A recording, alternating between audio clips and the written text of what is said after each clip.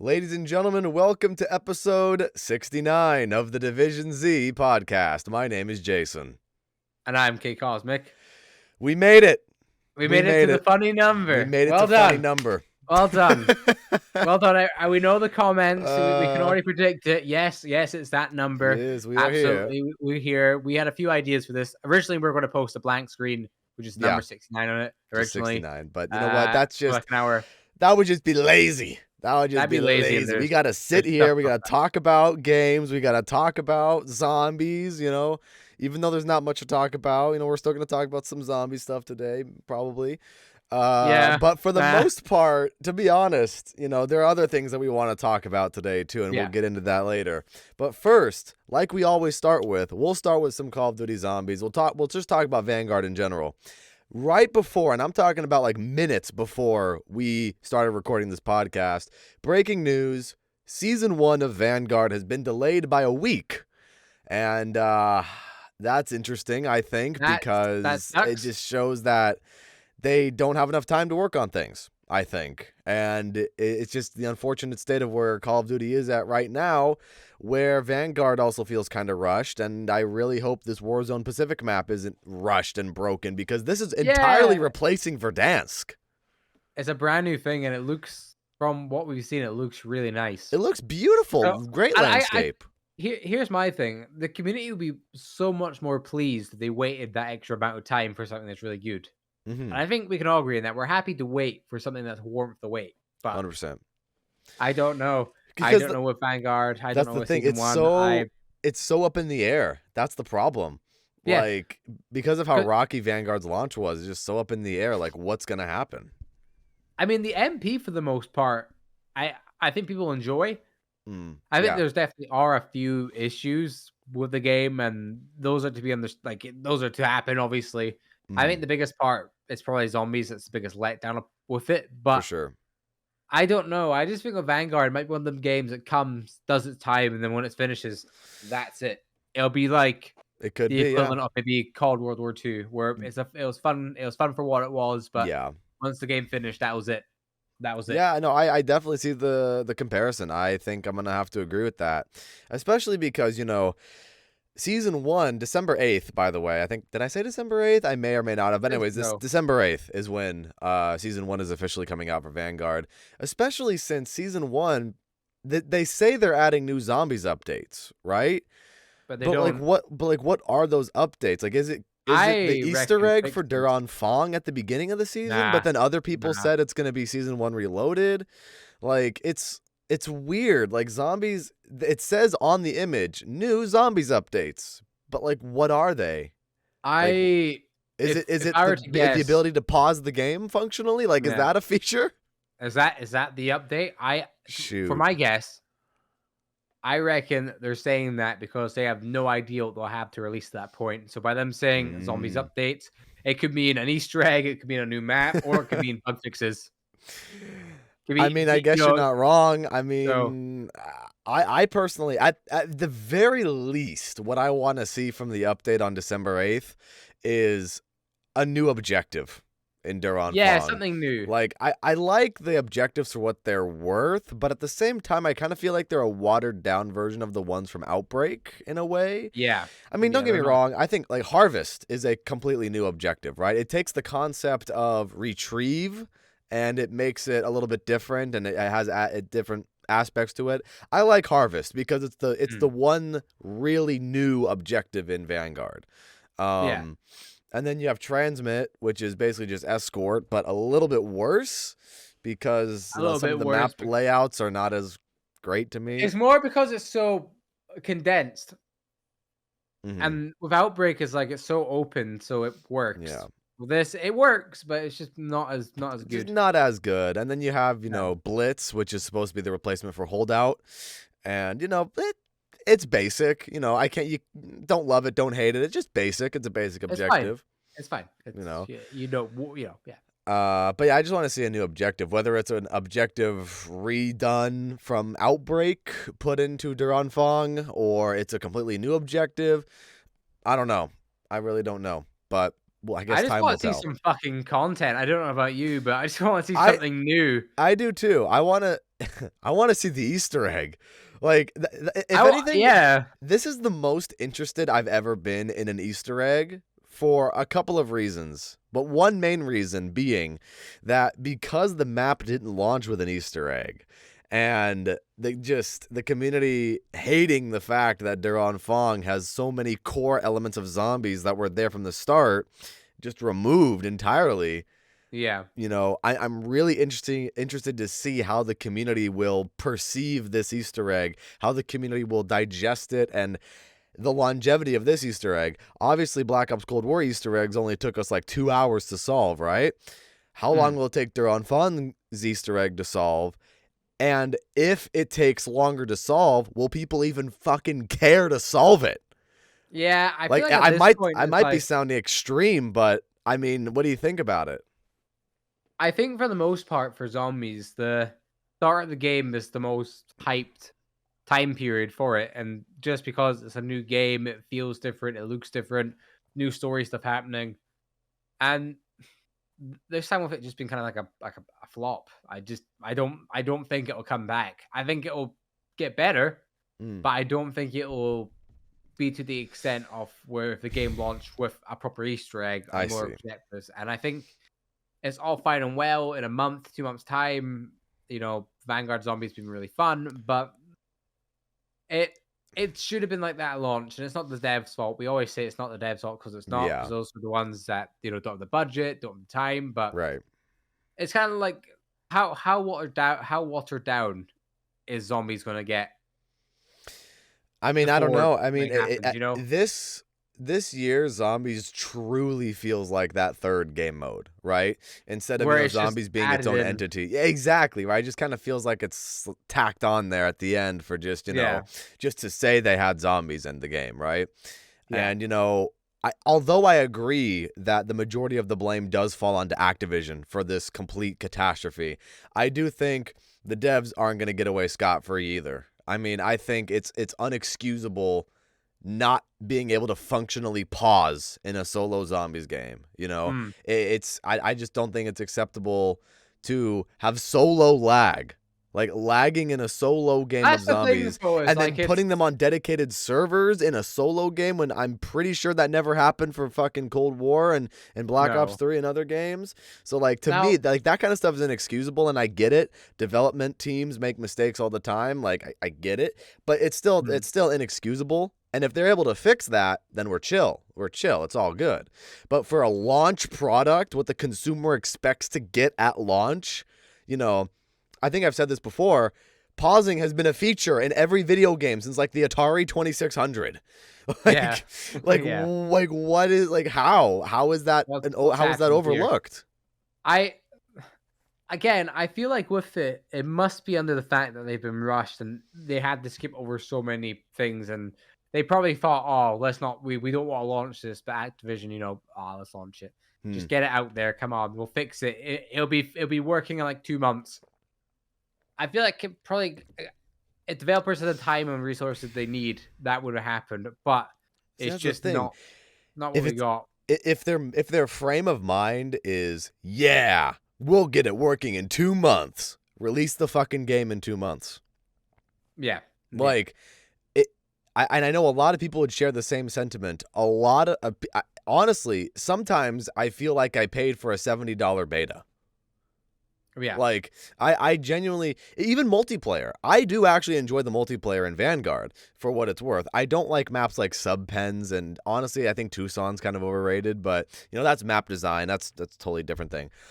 But, like, even the issues with the spawns in multiplayer, the packet bursts, the latency issues, like, I feel sad. That is what I do. Yeah. Whenever something like that occurs, I feel sad. Yeah. Because I'm like, bro. Like, this is supposed to be a game. This is like, imagine if this was working. Like, I can't even count how many times I've died to packet bursts. Like, I'm not over exaggerating either. I know I use hyperbole a lot, but I'm not over exaggerating. I cannot count how many times I've died to fucking packet bursts in the middle of a gunfight because it's that much of an issue. And then you got the search and destroy diffuse bomb glitch. And oh yeah, that was a thing. I think they fixed that. Did they fix that? I didn't hear about that. I think I seen a post saying they fixed it. So oh, okay. Well, that's good at least. Still, you know, it was a thing that was there. So yeah, exactly right. Honestly, to be totally honest, not talking about multiplayer or zombies at this point. I mentioned this briefly in one of my campaign videos. I'm finally done uploading the campaign for Vanguard on my channel. I know the views were kind of not there, but I was determined. I was determined and dedicated to get it finished because you can't just upload 3 episodes and be like, oh, fuck, the views are low, I'm going to stop. No, like you got to do the whole campaign. So I was mentioning this in one of my videos that there needs to be campaign DLC. Like, especially because Arthur talks to his crew at the end, and they find all these documents saying that the Nazis are doing covert operations around the world. And then the game just ends. And it's like... And that's it. Can we play those missions? Like, can we... No. Can we experience things? You'll never get to play the missions. I don't know what to tell you. Like, I feel like Vanguard and Cold War's campaign were itching for DLC, in my opinion. Like an add-on, or like at least a bit more 100%. happening. 100%. Especially because in Cold War, in the campaign, you had that like detective thing going on where you can collect evidence and then you solve the riddles and you solve the ciphers and then you do side missions based off those ciphers. Like, that's cool as fuck. You know, why can't you do that in a DLC mission? You know, like you want to talk about a third game mode? Campaign's the 4th game mode at this point. Like I know it's technically supposed to be the first game, like, you know what I'm saying? Like, the main thing. But at this point, campaign is the first and the last one. Yeah. Like, I don't know, man. It's wild. With it, I mean, I think I'm with the campaign. I haven't played too much of it, but I've seen kind of what happens in the story and stuff. And I kind of feel like this with Cold War as well. It just feels like it's missing a chunk of the campaign. Like it feels like it's not the complete thing. If you get what I mean, it's missing some sort of substance, and I don't think that's me being overcritical, because like with games like Black Ops 3, you know, it was so long and very tedious, and the campaign was bad, right? And it was a really long campaign. So I'd rather it be really short and really enjoyable. But I definitely think there's a balance to, you know, you getting your hours of playtime. 100%. I think on average, COD campaigns are only like 5 hours now. Yeah, like the newer campaigns for sure are only like 5, 6, 7 hours at most. You know, Cold War's campaign I busted out in 4. Yeah, like that was wild. I think everything from like Black Ops 4 that campaign, but even World War II's campaign wasn't that long, if I remember correctly. Yeah, that was not long at all. Maybe 5. The longest campaign, I'm pretty sure, was Black Ops 3. I think. If I had to guess, either Black Ops 3 or Black Ops 2. If I had to guess. Black Ops 2 campaign, I'm pretty sure is somewhere around the 7 to 8 hour mark, or 8 to 10 hour.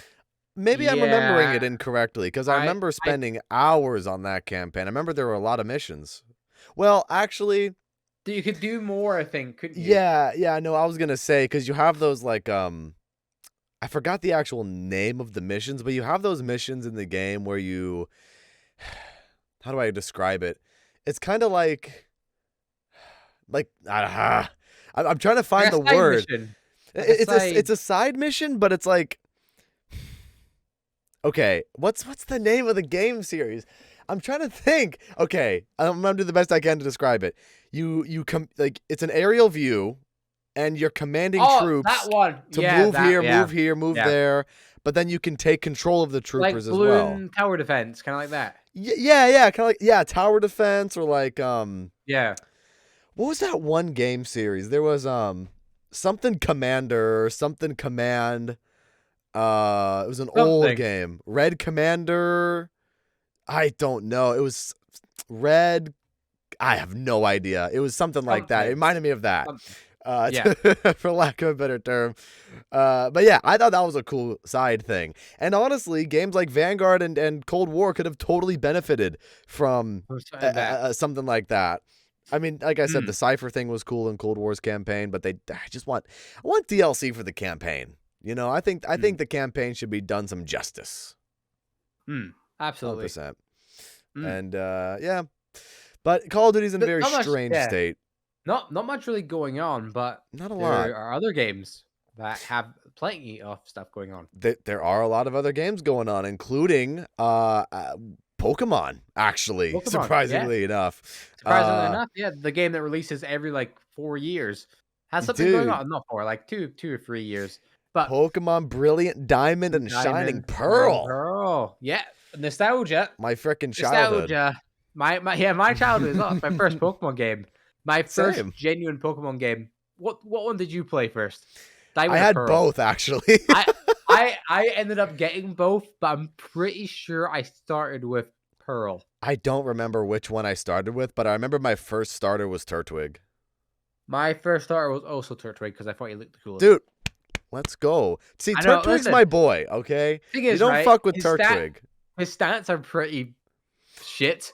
He's good, but he's pretty slow, and he's that's slow, not great. But he's kind of tanky though. He can take a lot of hits when he evolves into Torterra, right?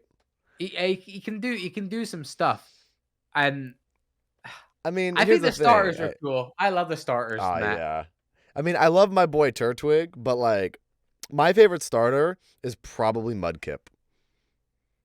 Yeah, I can see that. I think that whole evolution line with Mudkip, Marshtomp, Swampert, those are powerful Pokemon.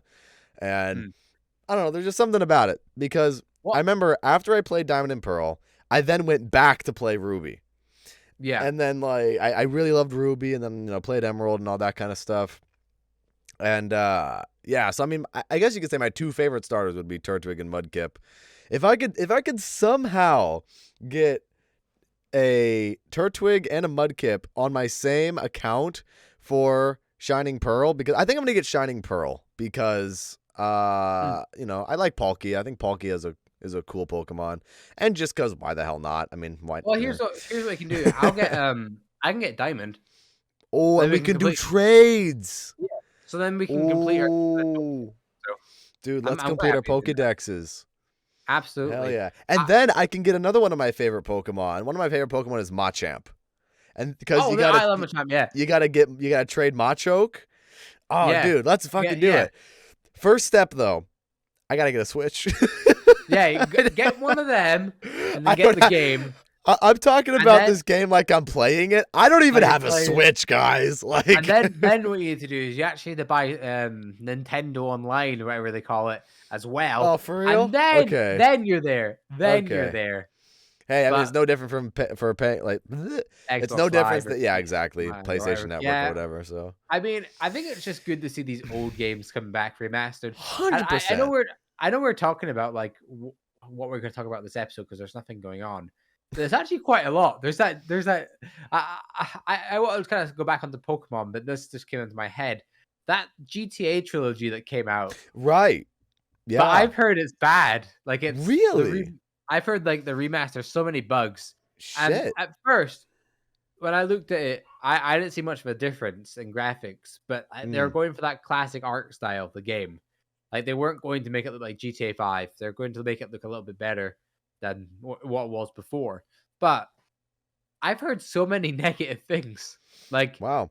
It's one of the worst kind of remasters ever. See, I'm not in touch with the GTA scene, so I have no idea. Me either. No, I just seen that and I was like, oh wow. I know that was a lot of people's childhood and to get such a bad taste in the mouth. That's pretty wild. But that's not like Diamond and Pearl because they really care about their remasters and they know that they can make a lot of money off them. So, and this is I think this is probably the remaster I've been waiting for. Oh, me too, dude. Because I know they do quite a lot of them, and to kind of get people back in the franchise and all that good stuff or remakes and all that. But I think for me, this has to be the one I'm most excited to play, just because everything as soon as you boot it up. You hear that little twinkle, like the nostalgia. It's good. Yeah, it's good. And then you see the Palkia and Dialga there, and you hear the little roar. Oh, yeah, man. Oh, dude. Big now, nostalgia. Originally in the original Pokemon game, not original, Diamond or Pearl, did Mm-hmm. you get Arceus? I did. I did as well. How cool is that? That was fucking great. Oh my god. I remember, dude, like the Pokemon events going down to GameStop and yes, absolutely. What game was it? I think it was Heart Gold or no, Soul Silver. I had Soul Silver and then I bought Heart Gold later. But I remember Soul Silver, when I bought that, there was an event for a shiny Raikou. And you had to go to the game and they I went to GameStop and it transferred it to me. Dude, fuck! You just hit the nostalgia overload in my brain. What? Like the dopamine is flowing right now. I remember Black and White. I remember when Black and White came out. There was like a pony type Pokemon, right? It was like a pony thing, and you had to go there to get it. And I went in. I went with my mom. And I went in. I was like, "Give me my Pokemon! Come on, give me my Pokemon!" And they gave me my Pokemon. My mom was like, "What the hell are we doing here, Kyle? What the hell are we doing here? What's happening? Yeah. Why is that man taking your DS?" What was the there was another event too. Because I think it was a GameStop event that or whatever the equivalent is over there for you in the UK event to you get the flute to summon Arceus, right? Is that what it was? Yeah, like yes, the flute. Yep, that was it. They transferred it to you, and you went to the exact same place. You catch either Dialga or Palkia. Right. And then, that was so cool. I remember some other event too. I can't put my finger on it. What was the other event? Oh, it was Darkrai, wasn't it? Yeah, I don't think I did that one. I think I did that one. I'm pretty sure I did that one. Because Darkrai's a cool looking Pokemon. He is cool. He's a menace. I mean, he's literally a nightmare. Yeah, that's cool. Oh man, I get Diamond sooner than I think I was kind of going to wait for it. I think I want to get it soon. Dude, you bet. Dude, get it. Level up all your Pokemon and trade them to me immediately when I get a Switch, so I can have level 100 Pokemon before the first gym. There you go. That's how it works. Absolutely. That's how it works. Have Cosmic train the Pokemon. I'm gonna be like that one shithead from Heart Gold and Soul Silver. My worthless Pokemon. I just want you to be strong. God damn it. God, whatever. That fucking mean asshole. I know the one you're on about. I know the exact guy you're on about as well. Now I need to ask: Heart Gold and Soul Silver or Diamond and Pearl? Because I think that's a hard one. If I'm being honest, I think Heart Gold and Soul Silver might. I'm gonna have to go with that too because better. But I know my heart goes to Diamond and Pearl. See, the thing is, with Heart Gold and Soul Silver, there's so much. There's so much to do. I mean, you can do Johto and Kanto, and you have legendary events up the ass. Like, do you remember going? It was like you go to the Unknown Ruins in Heart Gold or Soul Silver, and you do some puzzle or something, and you teleport to some random fucking mountain in the middle, and there's a house in the middle of nowhere, and you talk to Cynthia, and she brings you into that cave, and you choose an egg, and it's either Dialga, Palkia, or Giratina. Crazy. And do you remember that was so cool? There was the birds as well. The birds who you could go, once you got to a certain point in the game. The legendary birds, you'd interact with them at some point. There was the dogs, whatever they're called. Suicune, Raikou, and Entei. Dude, I love those. I love those Pokemon. You gotta have that classic Snorlax lying in front of the cave. You have to wake him up. You catch him because he's absolutely badass. Mewtwo is also available. As well. Oh my god, there's so much shit in this game. There's normal. Not to mention, after you beat the Johto League, let's say you're playing Soul Silver and you already caught Lugia. After you beat the Johto League, you can catch Ho-Oh at a much higher level at the place that Ho-Oh spawns in. So it's like, it doesn't matter which version of the game you have, and then you can get every fucking Pokemon. To top it off, the red boss fight. Dude, I loved that. I loved that in Pokemon. He has a Bulbasaur. He has all these overpowered Pokemon. He's got the classic Pikachu, And then you're going for the snowy mountain. Going for snowy mountains in Pokemon games. is a vibe. It's a vibe. I think Diamond and Pearl. I think I need to get back on them. I need to find a Heart Gold and Soul Silver emulator now. Like that. I want to play. I want to play that back. I'm gonna do another playthrough there. That sounds fun. I want to do that as well. Or I could just buy a Switch and get Brilliant Diamond and Shining Pearl. But that costs money. Yeah, one of those options is free. So I think you're gonna go with the free option. But man, for now, Pokemon isn't the only game in the news right now. Oh, 100%. There's a lot of other games going on right now, circulating through the interwebs. And there is Halo. It came out for free for a bit, and I haven't played it yet, but I know you've played it. I have. What did you think of it? I thought it was fun. A little known fact about me is I played a lot of Halo before I got into Call of Duty, and I played the shit out of Halo Reach. I loved ODST. Halo 3 was a classic as well. And I spent a lot of time on Halo Reach before Call of Duty. And playing Halo Infinite gave me those classic Halo vibes again. Yeah. Like it's more polished, and it just feels good. It feels like that classic arena shooter. And if it's fun, it's a breath of fresh air compared to playing a lot of Call of Duty. It's gonna take some getting used to though, because I'm so used to Call of Duty now. It's like I'm terrible. I'm terrible at Halo snapping right now. I mean, I remember I tried to play them and I'm really bad. I want to play them because you know how they work on the game so long. At the end of the day, they're better products than COD. Like you can make arguments about COD so much better, but when you actually compare them, one game's had 3 years development, or 2 most of the time even, and one game's had like 7 years of development. When did Halo 5 come out? 2015, I think. I think it was 2015, 16. Halo 5?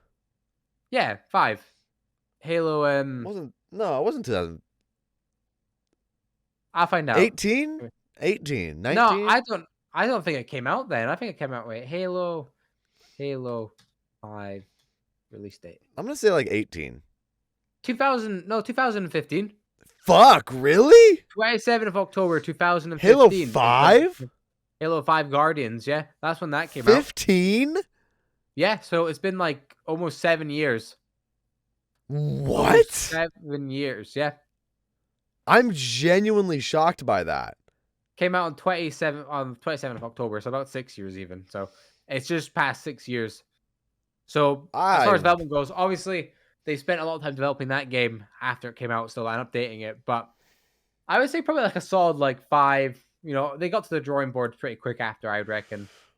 Because it was, it was 343 Industries that produced that one and the new one as well, which they weren't the original studio that made them.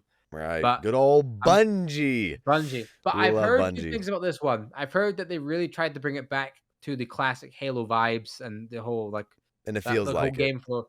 Yeah. Rather than trying to innovate like they did with Halo Guardians. So I'm glad people are enjoying it. And honestly, I think I might have to play it as well. Dude, let's do a stream together. Let's let's get it going. I just want a game I can play consistently and enjoy, not get burned out on. Burned. That's what happens when you get really burnt out in a game. You start messing up your words. You're just like, it's just boring, Playing a game since 2010 with the same mechanics, the same game flow will do that to you, unfortunately. I mean, here's the thing about Halo Infinite that I will say, and I haven't quite determined yet if it's because I'm so used to the fluidity of Call of Duty motion sensitivity or I'm just terrible at Halo. But the look sensitivity is really slow. Even for max sensitivity, it's pretty slow. Yeah, I've heard. That's the only thing that I can say is like a complaint. But at the same time, it could be an intentional feature, and maybe I'm just bad at the game. Maybe you're just trash. Other than that, I think it's a good game. I'm looking forward to the campaign for Halo Infinite. I think it's gonna be fun. The other thing is too that I think is funny is remember when Halo was just an Xbox exclusive?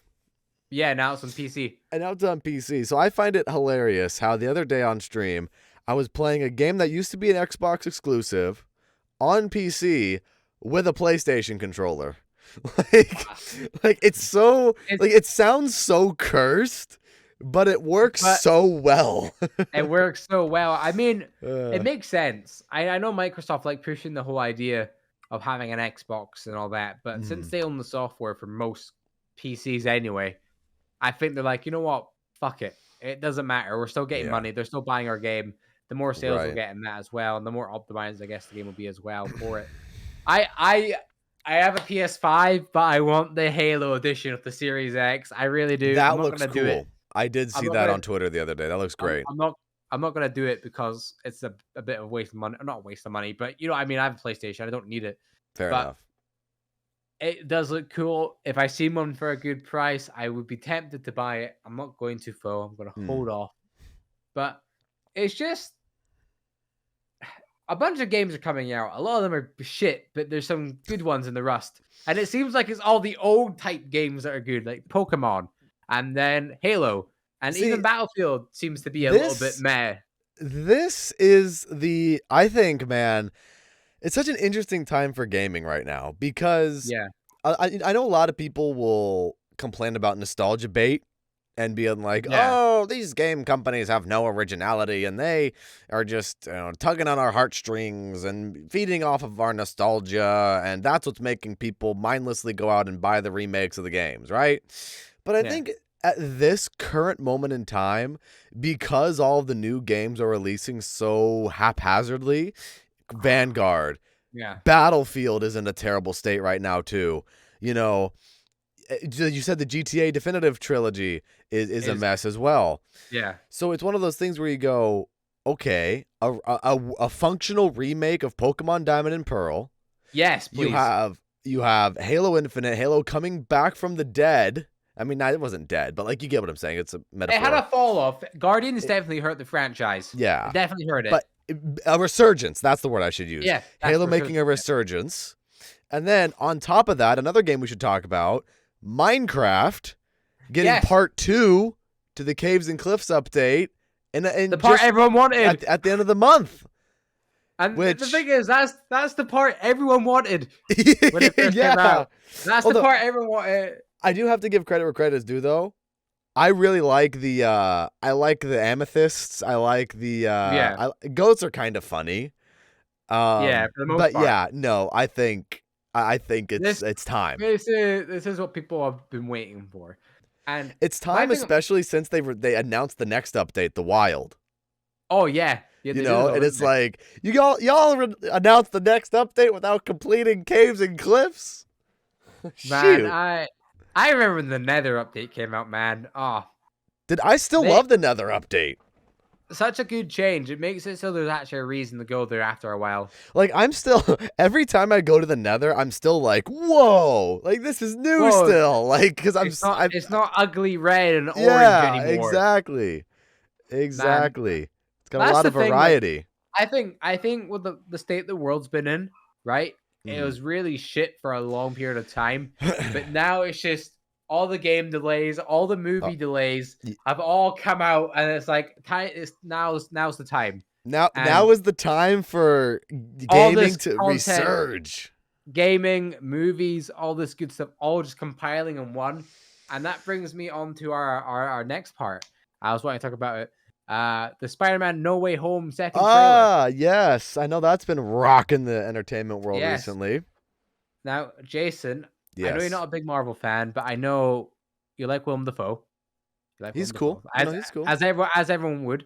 I know you've watched the trailer. I'd have. What do you think, and what do you not understand? Okay. Go. So, all right. So Spider-Man goes to Doctor Strange, and he's like, hey, my life is shit because people know I'm Spider-Man. People know who I am now. Change the timeline. Like and so then, as Doctor Strange is doing the spell, right, Peter fucks it up, and then now the multiverses are collapsing in on each other, is what I'm understanding. Yeah. And so you have all the old Spider-Man villains from the Tobey Maguire age and era coming into this reality that new Spider-Man has to fight. And then there's like some golden Spider-Man dude. I didn't understand that. So that's one of his suits. That's one of the suits. Okay, I didn't understand that. So that's still Tom Holland. So you got okay. I didn't know that. No, it's not one. And then Zendaya was falling down a building. I mean, that's just, classic action hero trope. So and then I mean, I for the most part I understood the trailer. I just maybe I just didn't feel as hyped up as everyone else because people grew up with the whole Spider-Man, Spider-Verse, and oh my God, Green Goblin and Dr. Octopus and like all that kind of stuff. Like maybe just because I didn't grow up with that, I wasn't as hyped up. But like I can understand why people are really excited for it.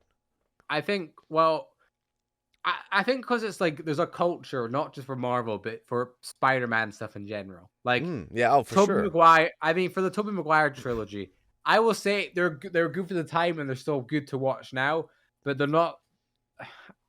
I don't want to piss people off because I think they're still some of the best Spider-Man movies ever. But they were the first step into making comic books movies a real thing.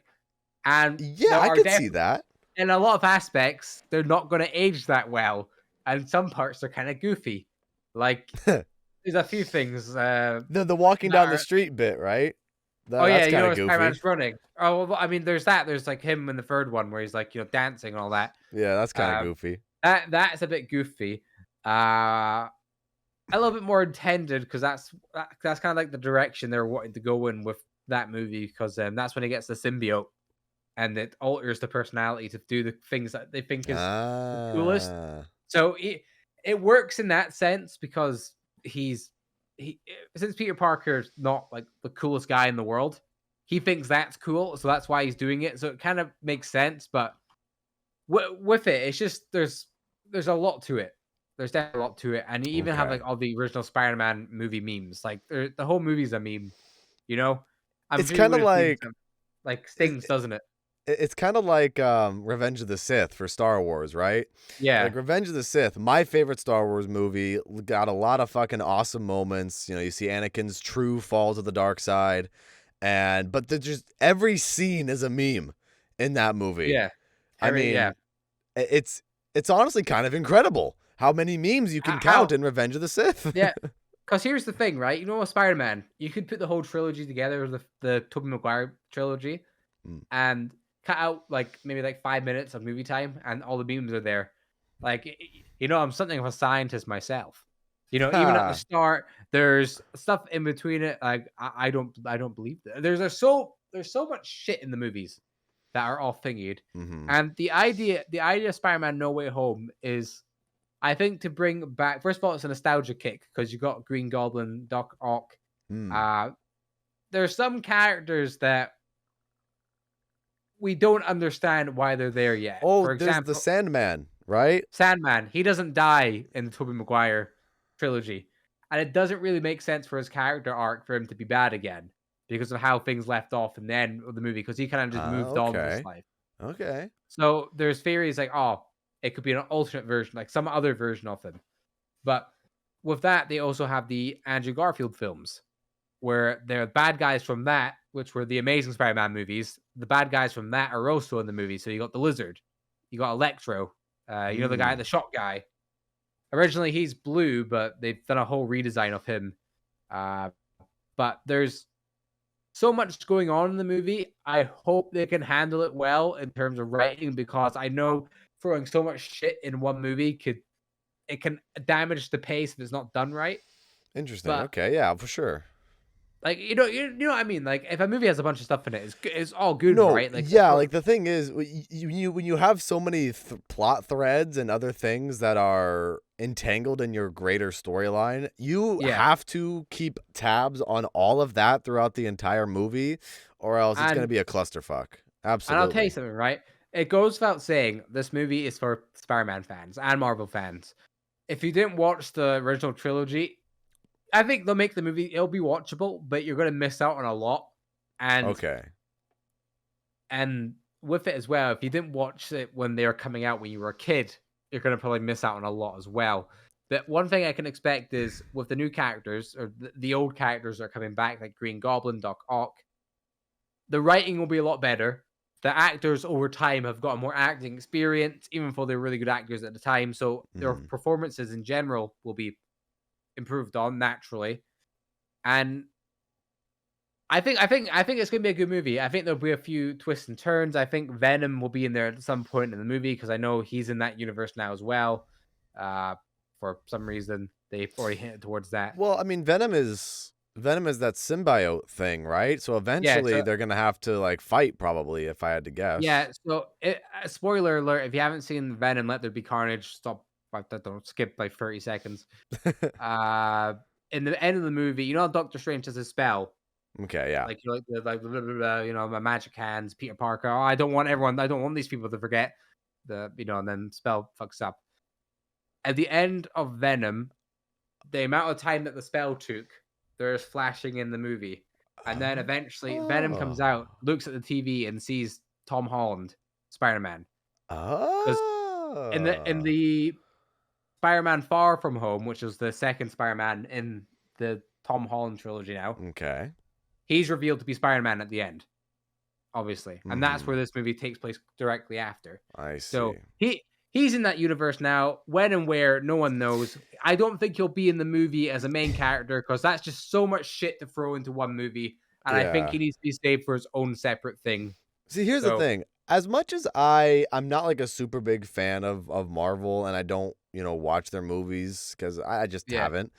You know, you gotta give credit for, connecting these universes and connecting the movies to making them all relate to each other and making them all in this grand scheme of, just the Marvel universe. You gotta give a lot of credit to mm, to those writers. I mean, yeah, I guess you could make the argument that some of these movies are just, it's just junk food movies where it's just fighting and blah blah blah blah, right? You could make that yeah, argument. I haven't seen most of the movies. I think I saw like the original fucking like X-Men movies like from back in the early 2000s and like yeah, yeah. I think I remember seeing one of those. I think I saw the first Avengers if I'm not mistaken. Anyways, the point is I haven't watched a lot, so I can't really make a fair judgment, but based on what I've Yeah. seen people be like, oh yeah, superheroes are just junk food movies and things like that, right? But for quote unquote junk food movies, it seems like they put a lot of effort into Yeah, the no, story and the absolutely. world building. You know Because what I'm saying? because there's a lot of material to make up, and I know that's like one of the things with a lot of a lot of like movie fans and that when like some people like serious movies, some people like comedies, and they Mm-hmm. see Marvel stuff as these are kids movies. These are you go see your kids or whatever, right? But Uh-huh. when you actually look at the nitty gritty of it, they have so much source material to work with. There's like movies that have been in the works for like 40 years because comic books have been around for like a good like for longer than that. Oh They've been around yeah, for like since the 50s, maybe 40s even if I'm not mistaken. yeah, they're definitely Um, old. I'm pretty sure Batman was first introduced around World War II time, to be honest, but that's besides the point I in wouldn't terms be of comic book surprised characters. either. I mean, But like, if Disney started making, cartoons with Donald Duck about Nazi Germany, oh like, yeah, I'm sure there are other characters that were introduced yeah, exactly. Like, in that time period, yeah. yeah, no, absolutely, and like it's one of the things where if you don't like Marvel, completely understandable, whatever. But honestly, if you sit down and give the franchise a try and like try and Mhm. get halfway through it, and then you decide I don't like this, then don't keep watching it. But honestly, I think the past like 5 years of Marvel stuff has been significantly better than the start. I think the movies for the Hmm. past 5 years, there's a lot more good. You got Infinity War, you got Endgame, you got uh the new Spider-Man movie coming out, obviously. You got a lot of really good movies coming out for Marvel as well. And as far as Marvel goes, they're taking over. Like you got Disney Plus and there's shows going on that people really Oh, like. dude. You got all the stuff that's coming out Yeah. in the future as well. They've already showed all the stuff they're doing. It's like cash cow. It's All Disney need to do 100%. all Disney need to do is buy DC and then they'll have no competition. No competition. Dude, if Disney ends up buying DC, which I'm gonna be honest, I could see that happening. Um, Absolutely. I mean, the entertainment industry is just entirely monopolized, and that there's gonna be some words about that. I Yeah, think no, there's because it's well with it, right? It's like you don't want all these good assets going to one company because it's good to have fresh ideas and for certain movies to right. be different and but it's one of them things where how far is too far in the entertainment world. Right. I think it'll get to a certain point where everything just felt the same. Every movie franchise, everything. Right. Now you get what I mean. Like Right. Yeah. No, I agree. I mean, that's the thing. Say what you want about, oh yeah, Disney makes great movies, Disney does this, Disney does that, right?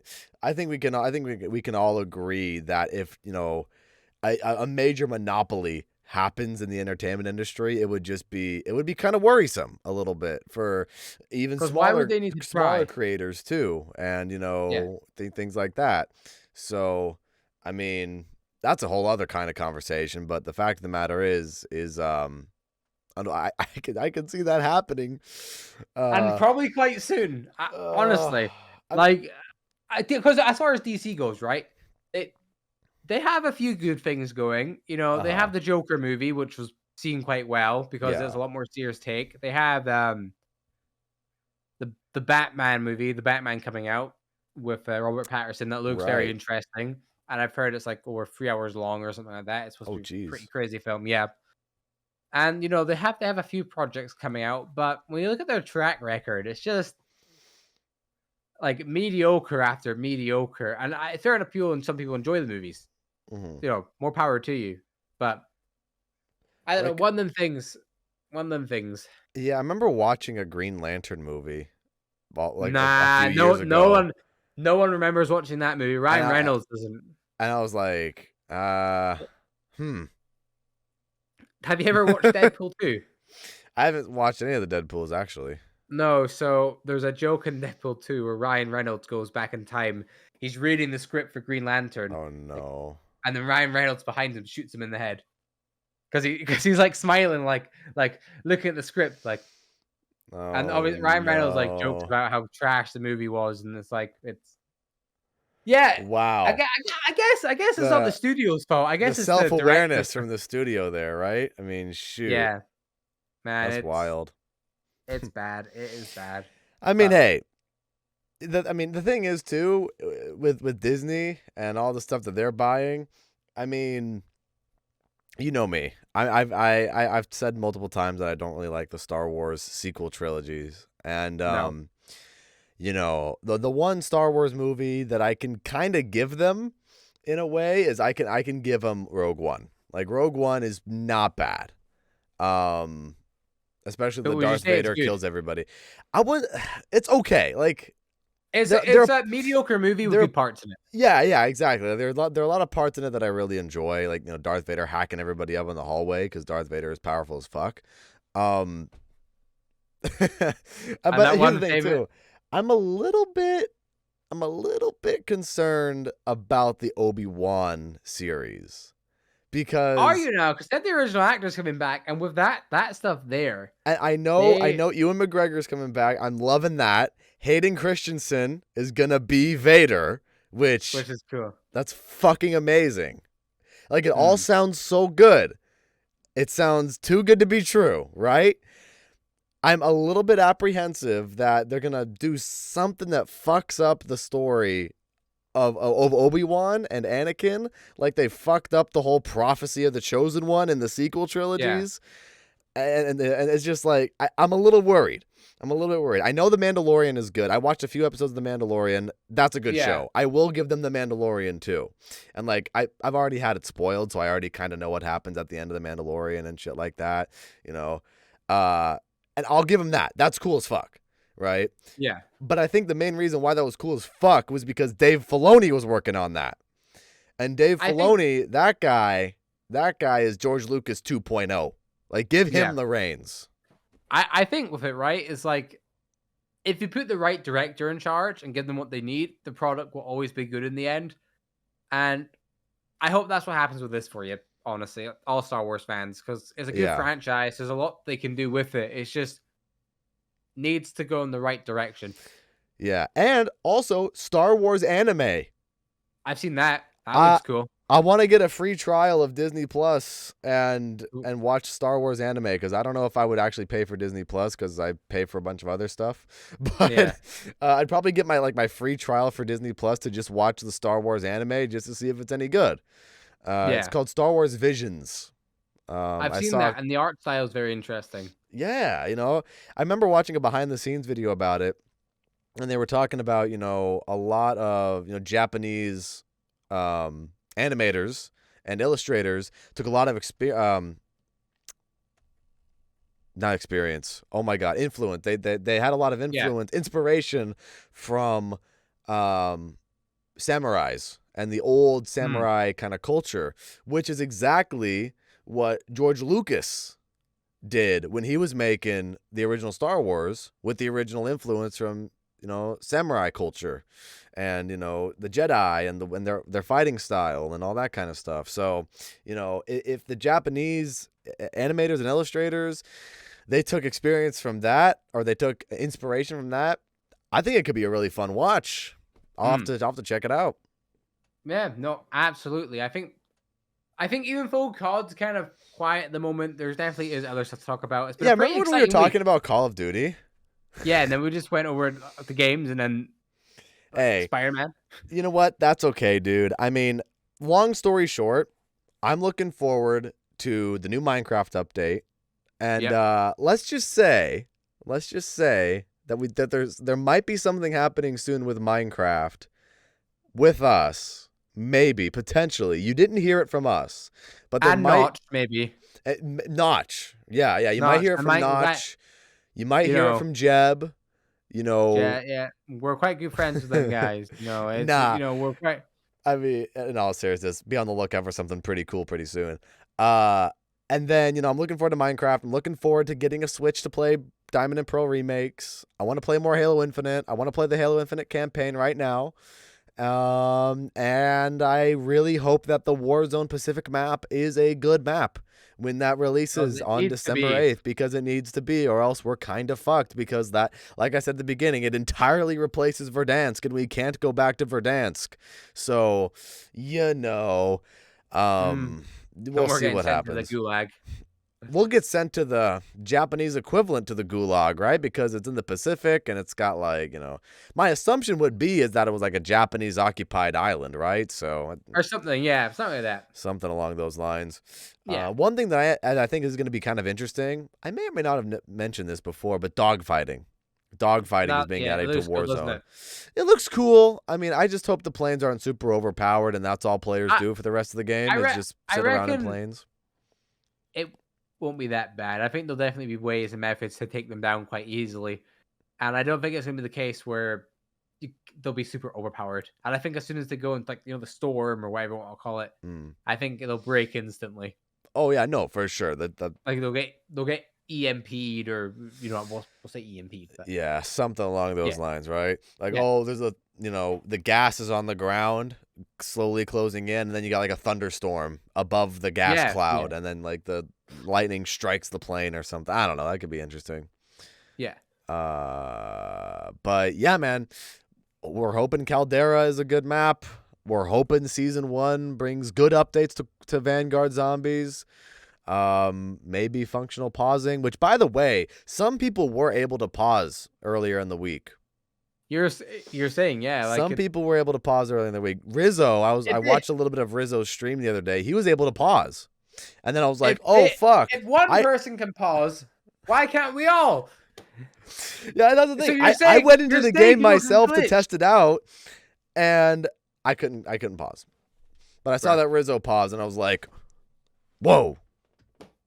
Okay, fine. What? Just give us a pause feature so we can take a bathroom break. Give us a pause feature. Get rid of solo lag. Nerf the camo challenges for the weapons in Vanguard Zombies. And I know it's too late for this now, but for all the Call of Duty games going forward, 70 levels is too many.